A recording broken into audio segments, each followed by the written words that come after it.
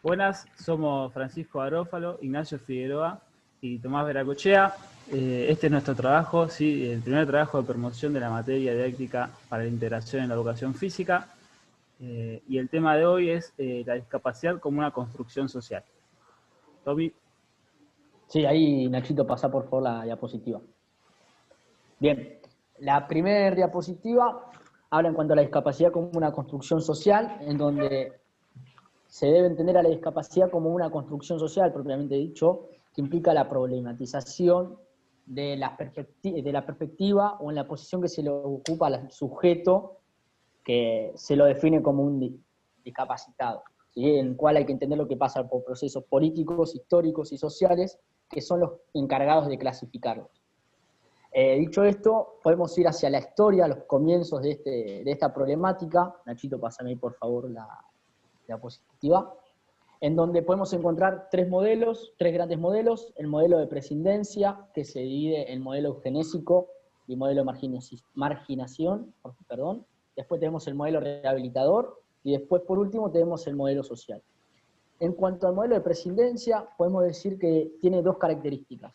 La primera es la justificación religiosa, ¿sí? Como todo, ante una deficiencia, todo su consecuencia es producto de algo maldito o por producto de Dios. Y otra característica importante que tiene es que aquella persona que se la considera discapacitada no se la considera como no útil y que no aporta a la comunidad, ¿sí? Ahora, dentro de este grupo tenemos dos subgrupos: el eugenésico, ¿sí? En donde como principal característica en la antigüedad predomina la práctica del infanticidio. ¿Qué significa esto? Que aquellos niños, cuando nacían y con una deficiencia, se los mataba, ¿sí? O se los excluía de la sociedad, se los abandonaba. Bien, entonces también cabe destacar que la libertad era solo política, y por ende la política y la religión eran los que marcaban la vida del hombre y los cánones de vida que hay que seguir, ¿sí? Entonces aquel que no lo cumplía era castigado, y todos pertenecían al Estado. Bien, entonces, como ya decimos, acá el discapacitado en este grupo no tenía medio de subsistencia, sino que porque se producía el infanticidio. Ahora, con aquellos que eran discapacitados producto de guerra, sí tenían un cierto soporte. En cuanto al grupo de los marginados, sí se deja de lado el infanticidio, pero ¿qué ocurre con aquellos que tienen discapacidades?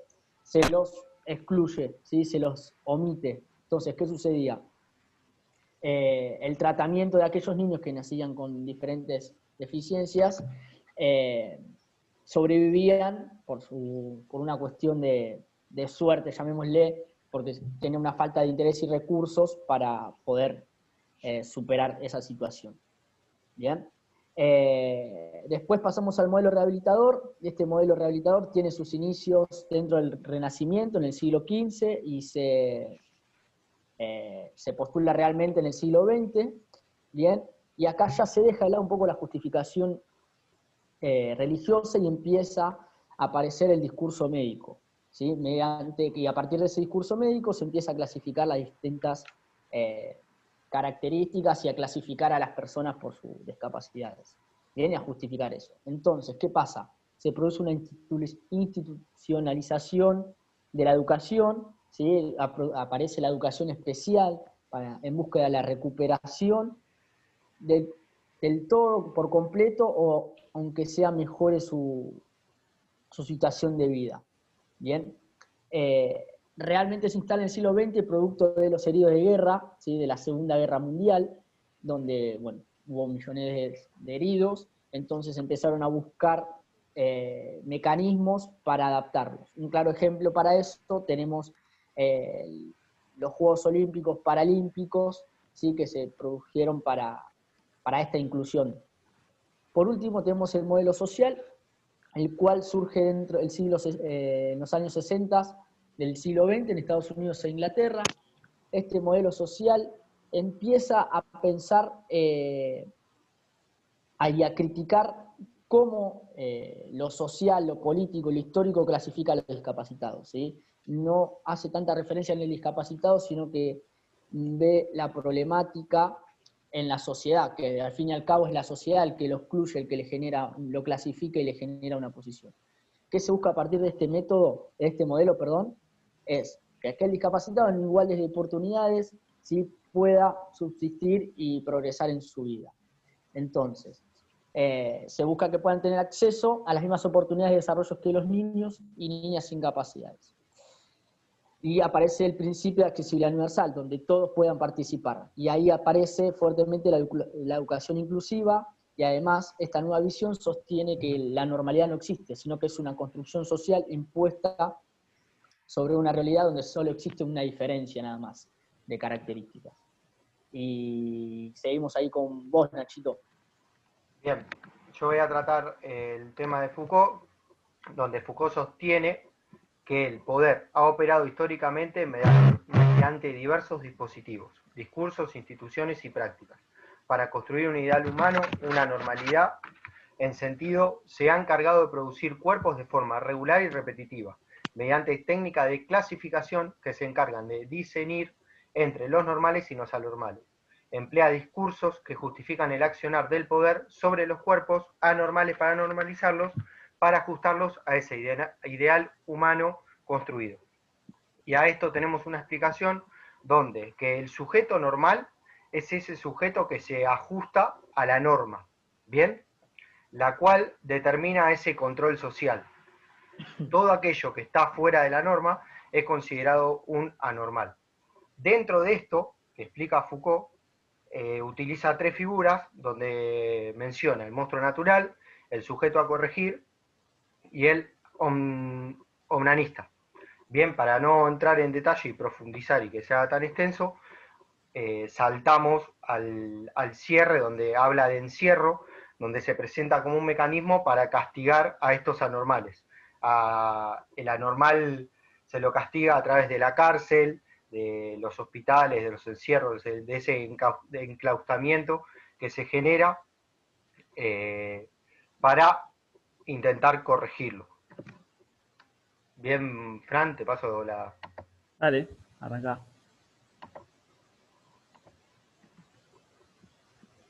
Bien, acá en el texto de Vallejo, sí, lo que podemos ver es una diferenciación o una contraposición entre este modelo que considera la discapacidad como una construcción social contra los que consideran a la discapacidad como una diferencia o como una diversidad. En este sentido, abordar la discapacidad desde la perspectiva que sostiene que es una producción social implica entrar en un debate con la perspectiva de diferencia y la diversidad, que ubican el origen de la discapacidad en la realidad biológica del individuo, en sus atributos, y deja de lado la concepción de que las limitaciones y la discapacidad son creadas culturalmente. Con respecto, sí, al discurso de la discapacidad como una diferencia, sostiene la autora, ¿sí?, que es una creación social discursiva y práctica, ¿sí?, que posiciona la diferencia en el individuo, en el sujeto. Se establece una diferenciación, una distancia, ¿sí?, entre un nosotros, las personas normales, que nos ajustamos a ese ideal de persona construido socialmente, que muchas veces tiene amplia relación con los modos de producción de esa sociedad, y el otro, ¿sí?, que es aquella persona que escapa a la norma, que por algún motivo se encuentra fuera de ella y que, como había dicho Nachito, van a ser castigados con diferentes sistemas de institucionalización y van a tratar de ser normalizados.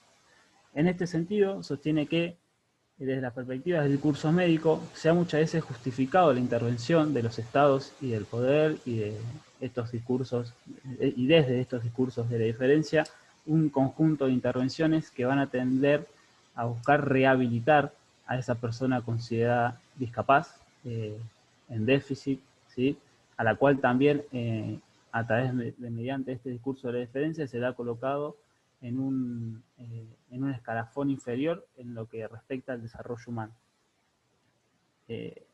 Bueno, por otro lado, al abordar lo que dice la autora, que al abordar a la discapacidad desde el discurso de la diversidad, si bien no se los desvaloriza como en el modelo de la diferencia, lo que hace es ocultarse un poco el tema de la discapacidad. Desde este discurso sí se está bien, somos todos diferentes, se valora la diversidad, se valora lo diferente, pero bueno, dentro de ciertos parámetros. Hay diferencias aceptables, hay una diversidad aceptable y una que no. Si el sujeto se encuentra por fuera de esta diversidad aceptable, dentro de esta normalidad construida socialmente, se lo va a considerar igual anormal. Ahora bien, pasar a la siguiente diapositiva, Nachito. Bueno, en este texto, sí, donde se relaciona la norma y la libertad, se sostiene que la sociedad está en una constante reproducción. Hay una producción de un orden social, una regulación de las relaciones entre los individuos y sus cuerpos. Esta constante reproducción está orientada por las normas sociales implícitas en la conciencia colectiva, que se mantienen ocultas a la comprensión de los sujetos, pero que le dan forma a su subjetividad y actúan de forma ininterrumpida en la producción de ciertos cuerpos normales. En este sentido, sí se puede hablar de una libertad. Libres serán aquellos que no destaquen en el conjunto, se ajusten a la norma y no se desvíen de ella. Los anormales serán institucionalizados para ser rehabilitados, normalizados, como dijimos anteriormente, ¿sí? Y la justificación social de estas acciones de rehabilitación y estas intervenciones sobre el cuerpo de estos individuos considerados personas con discapacidad van a ser justificados mediante el discurso médico.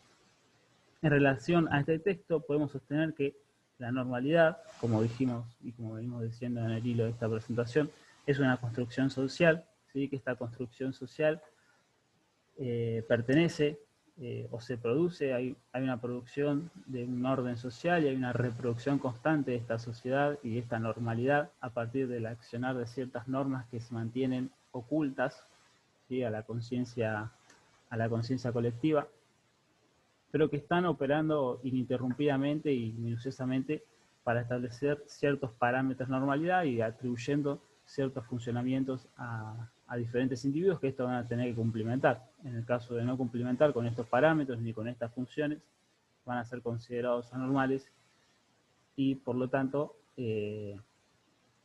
van a sufrir diferentes tipos de intervenciones, ya sea desde diferentes discursos y prácticas.